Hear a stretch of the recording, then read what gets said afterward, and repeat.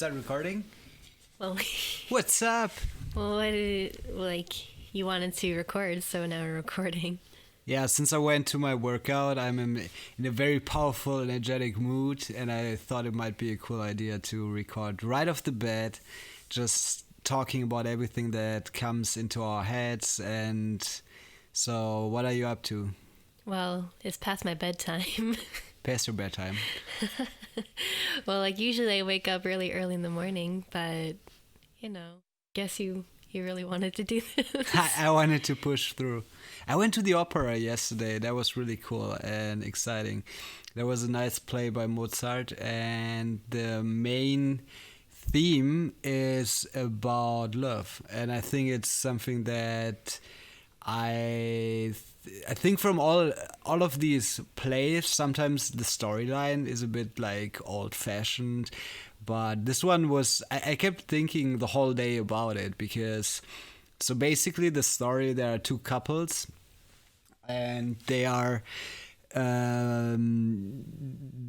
happy, they are together, and there's nothing wrong about the relationship they have. But then they wanted to, there's another guy called Don Alfonso, he's like a philosopher, and he's trying to test them, to test their faith. So they are, the men they're disguising, and they pretend to go into war, or they have to go into war or so. And then when they come back in disguise, which is a bit ridiculous, they are trying to seduce the other partner of this double couple, so to speak. Why? I don't know. It's just like a test, because Don Alfonso, like this philosopher guy, he says, okay, we can, women are not faithful. That is his main point. But I think he just has this idea that there is a bad, and he wants to test his friends. Mm-hmm. But yeah, that's what any healthy relationship does. Yeah, and no, but the thing is, what I found so intriguing about it is that it seemed in the end to me a very modern opera. Mm-hmm. Like I said, I think mainly like the old stories, sometimes they're a bit old-fashioned, told in a very boring way, to put it plainly. But this one was really about, there's no judgment. Like in the end, the couples, they find together, but they're sowing the seeds already that there was some doubt, because they were seduced by the other partner, which is like the main plot. Yeah. So I think in the way Mozart he put it is without judging, like he just displays how the couple is, how Don Alfonso makes them go into this predicament, right? Like it's mainly like this predicament to test their faith, and they were falling into this trap. And I think that in the end they come together again, like they were even willing to marry the other partner.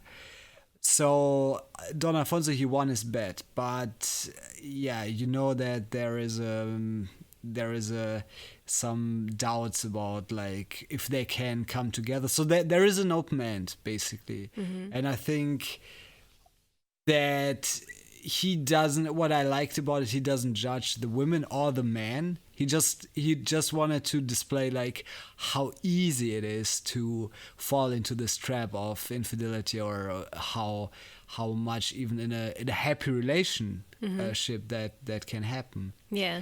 And yeah, I kept thinking about the play. The music was really nice, and I was thinking about this whole situation. Mm-hmm. Do you have any thoughts on that? Like something like I thought like, is the women to blame because they were accepting the bad? Mm-hmm. They kind of like were seducible by the other one, or yeah, that's the main point of this play, how easy it goes. So I guess it's just like, what does the play think of women, and what is their role in society, or what do you think it's trying to interpret? Yeah, that's an interesting question. I mean, for an old play, so to speak, I think it is pretty modern in a way that, like I said, there is no judgment. There is no, like, even the play Così, that I haven't mentioned, Così fan tutte, means like everybody does it. And that is something that they sing all together, like pretty much in the end of the story. They sing, Così fan tutte, everybody's doing it. But yeah, I think I also watched another play, which is Don Giovanni, which shows interestingly the other perspective, where Don, like, this is the old motif, Don Juan, who is trying to seduce the women, and you know that he's to be blamed, right? Like, this is an old motif about, like, he's a rich count or so, and he can do whatever he wants, but in the end he's put into hell for his deeds. But this play is a bit more how do you say, like, ambivalent about, like, any judgment. There's nothing that you have to make up your own mind about it. But it makes it very modern in a way. It reminded me of some TV shows where there is a lot of stuff going on where you have to decide, like, there's no, like, good or bad character. If you know the circumstances, if you know everything around it, then you will not fall, or you will not judge the characters, because you know that they've been through a lot, and then maybe you can understand it, relate to their decision making a bit better. And I think that is the main purpose of a universal plot of good art, where you can try to understand, like, the psyche, the motives of the protagonist.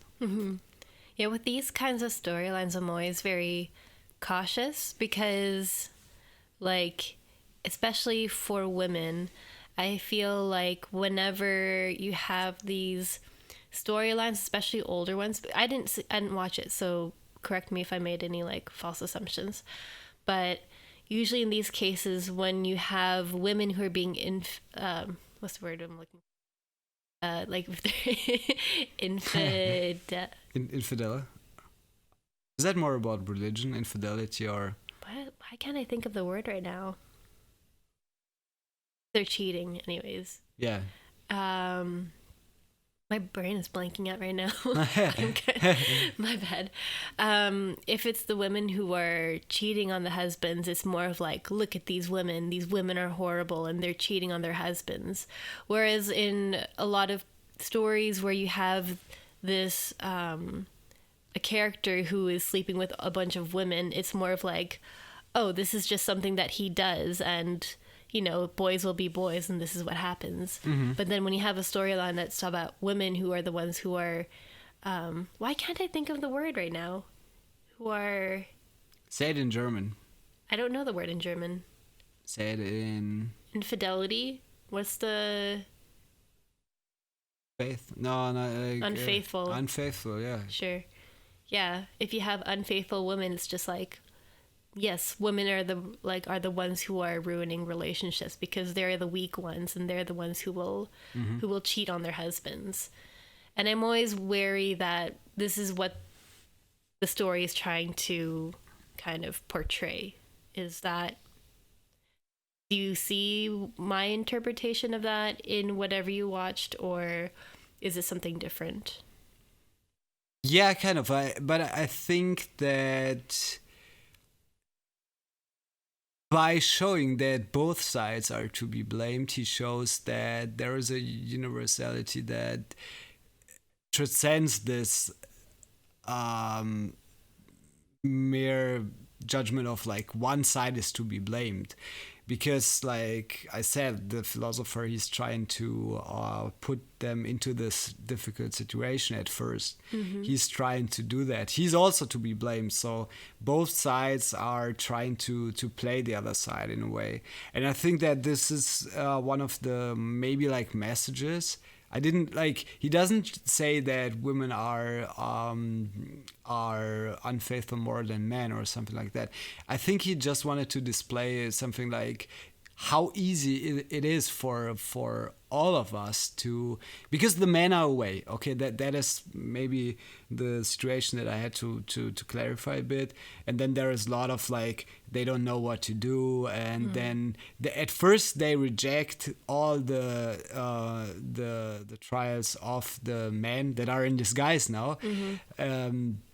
But then when in the end, like, there is also a servant, and she's trying to say, yeah, it's not like, yeah, I had so many affairs or something like that. So she kind of like puts these thoughts into the heads of the other protagonists, of the two women that are about to be seduced. And I think that by showing that, he gives a whole more context to this whole situation where they become unfaithful. I don't think he wanted to say that women are unfaithful, which also makes no sense, because if you watch or if you look at the other operas, I think that he's more on the side that men are a bit more inclined for something like that.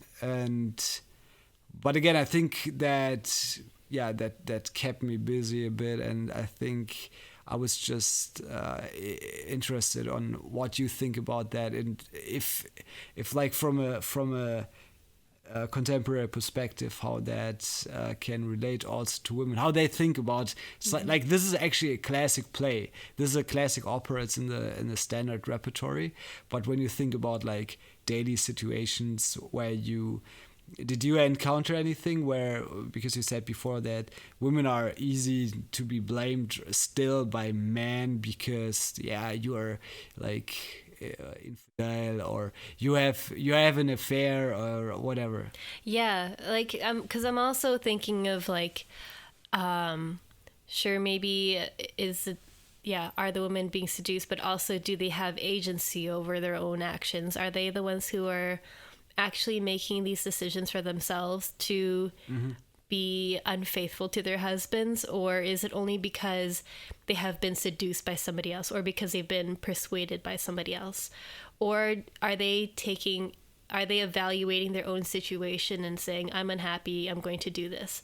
There's a difference, I think, in terms of what power is given or is portrayed in these women, and that's something I'm always looking out for, especially because, I don't know, I've been listening to a lot of podcasts called the Bechdel cast, if anybody's interested. What they basically do is that they take a bunch of movies, either new or old, and they kind of break down how it represents women. And is it the Bechdel test also? Bechdel, yeah, so it's called the Bechdel cast. But they start off with the Bechdel test, which is just checking if you have two women who have to have a name, each of them, and they have to talk about something that isn't men. And then you go through that. Those are the only requirements. And you have to go through this play and figure out, does this happen in the play or in the movie or whatever scenario you're talking about? But yeah, it's a really good podcast if anybody's interested in. But this is something that I think after listening to these, this is something I'm always like wondering to myself, like how much choice are women given in this play? Yeah, I looked up the Bechdel test, and I think it's a very good parameter for movies. So there was a discussion also on like the role of women in movies. Also very controversial, that I think even they are trying to establish like a soft rule for women, that they should be like more better portrayed in also Hollywood movies or TV shows. But do you know any examples of where was it like really good or really bad? So a really good one, I'm trying to remember the ones that they went through. I'm trying to remember the ones that they said didn't pass. And I think, for example, Lord of the Rings, as much as I love this movie, I don't think it passes. Oh yeah, I mean, Tolkien is... It's all men. It's all men. It's a world of men. Yeah, but he wrote it in the trenches of the war, so that's... So he gets a pass for not being feminist. No, that's not what I mean. But I think he wrote it in, when was it, like Lord of the Rings, maybe in the 40s or so. Yeah, this is So shortly after World War One. And yeah, no, there are, like, I'm not saying that it's a bad movie or a bad set of books and films, but it's just like another angle to look at movies and evaluate whether it's representing women properly. But I don't think this was the point of what you were trying to go after. You think? No, I think it's very interesting. We can keep talking about it. I'm really into this, like looking at classic movies from a different perspective, also like from Western movies or something like that. And the Bechdel test, I think it's very, it just shows also how society is evolving or changing. I mean, there are different like stereotypes.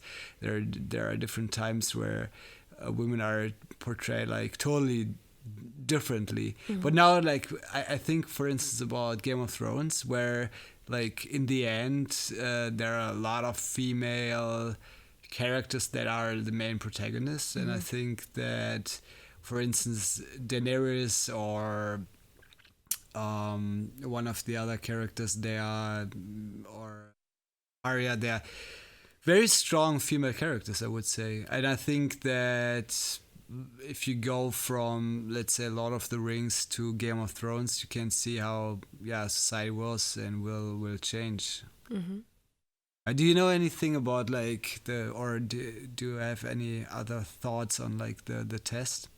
On the Bechdel test? Yeah. Well, like the Bechdel test in general is more supposed to be just kind of like an introduction to evaluate and to look at movies and whether or not they represent women properly, because it's such a minimal requirement to have two women with names who talk about something that isn't men.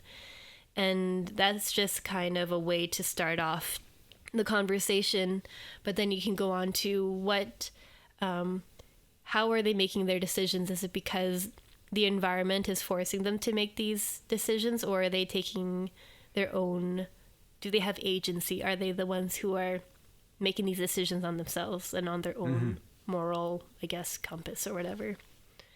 But yeah, I haven't listened to their podcast for a while, but I really enjoy them.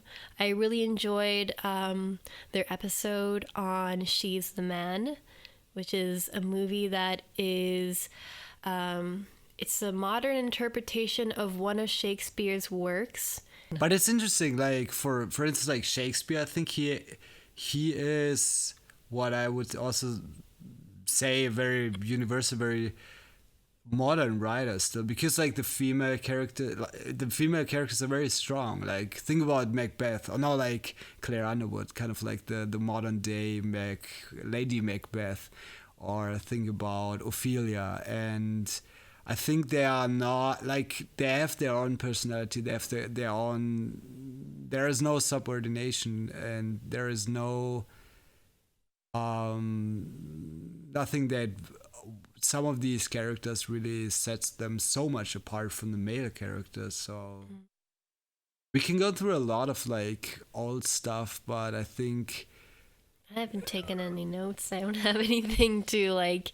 I think I would have to watch them again and really break them down. Anything that comes to your mind where you can talk about, like a movie that you really enjoyed and where we can implement the Bechdel test live. Do you know like what movie I was like heartbroken to hear about on the Bechdel cast? Which one? Amélie. Oh yeah. Because you basically have the main character, Amélie, who I guess like she's this person who she just wants everybody to be happy, and then she falls in love, and the way that she makes him fall in love with her is by basically being creepy. Okay. I remember when I watched it at like when I was I in high school? Yeah, I watched it. I think I watched it in high school. And for me, it's because I really loved learning French, and it was very mystical and very whimsical, and you have this person who just wants to do good, and she's quirky, and she she just goes out of her way to do stuff for other people. But I think it also encouraged this kind of behavior where if you just do everything right, then this person will fall in love with you. Okay, so it's more like this. It's up like you want to, like you're depending more on the other person to, like, it's not like intrinsical motivational behavior. It's more like you're just looking at the other people to like you.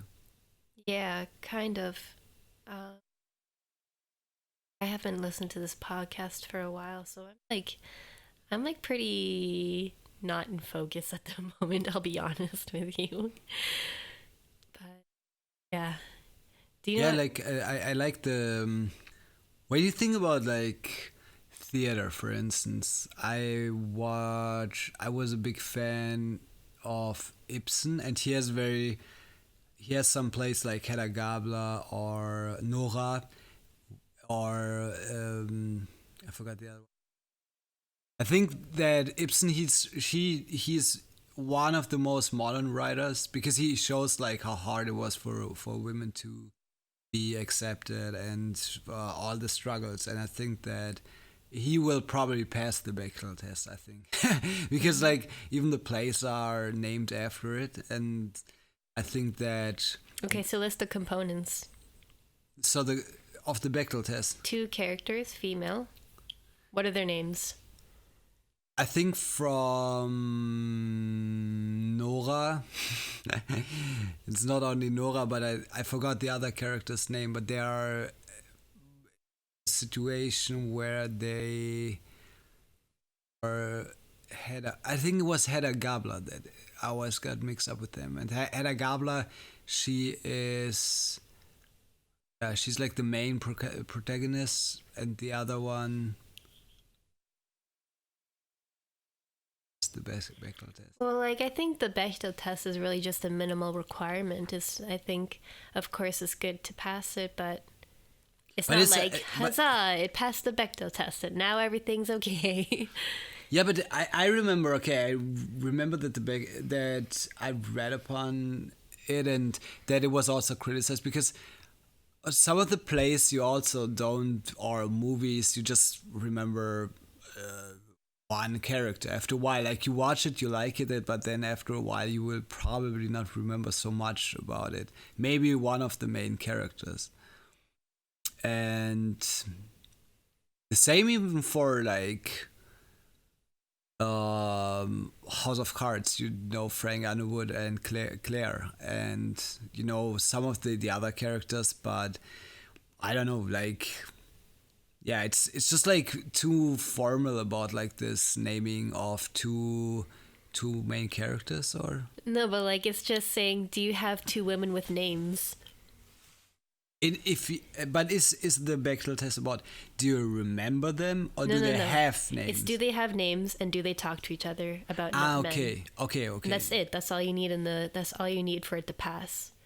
And the point is not like, okay, you pass it, then you're good. It's more of like, why are there so many films and movies out there? I got a cramp. I was sitting wrongly. Yeah, keep on talking. I don't think I can talk with... Do you want to sit up? Oh, that's better. I got a cramp. You want to sit up properly?